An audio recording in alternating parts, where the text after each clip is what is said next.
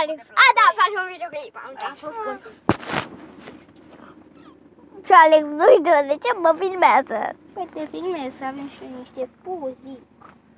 Adresa? Craiova sau ce? Nu m-a întrebat pe mine. La adresa locului. Ok, go.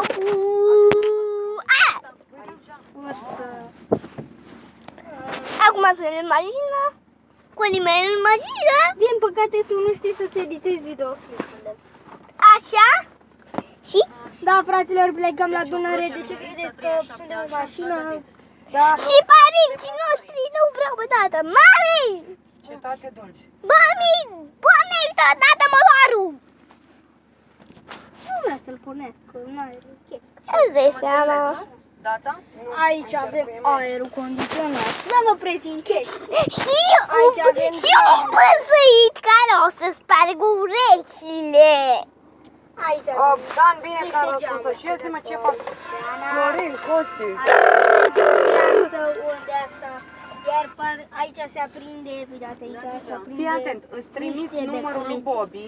Iar aici Îl sun aer tu că... condiționat. Ai pus asta de 2 ori. Am auzi? Da, și ce? Atunci înseamnă că ai ghinion și o Sunt la faci pe cetate, tine. nu știu pe unde să facă stânga. Florin le trimite locația, dar îi trimite să... De pe locație să Binge, treacă Obama. springe. Stai, ați văzut o chestie de pe TikTok. Piu, piu, piu, piu, piu, piu, stai așa, să nu o ceapă. Da, Da, știu, tocmai asta Deci zic. ai lumina Îți prinsă. trimit numărul lui și îl sun. da, adică pe bune. Adică pe bune putem să facem o filmare aici de parcă v-ar vedea chestiile și ce filmăm noi, nu? Momentul ăsta nu-i mai Tare, trebuie, nu? faci direct. Tare. Da? Acum îți trimit numărul.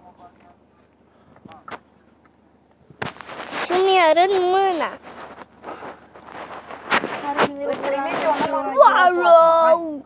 De ce ai lumina prinsă? Spune-mi, domnule Aian. Nu vreau să zic. Hai, pa. Fiindcă tu nu-i copit. Dar nu mai bate. Așa stau cu ochii.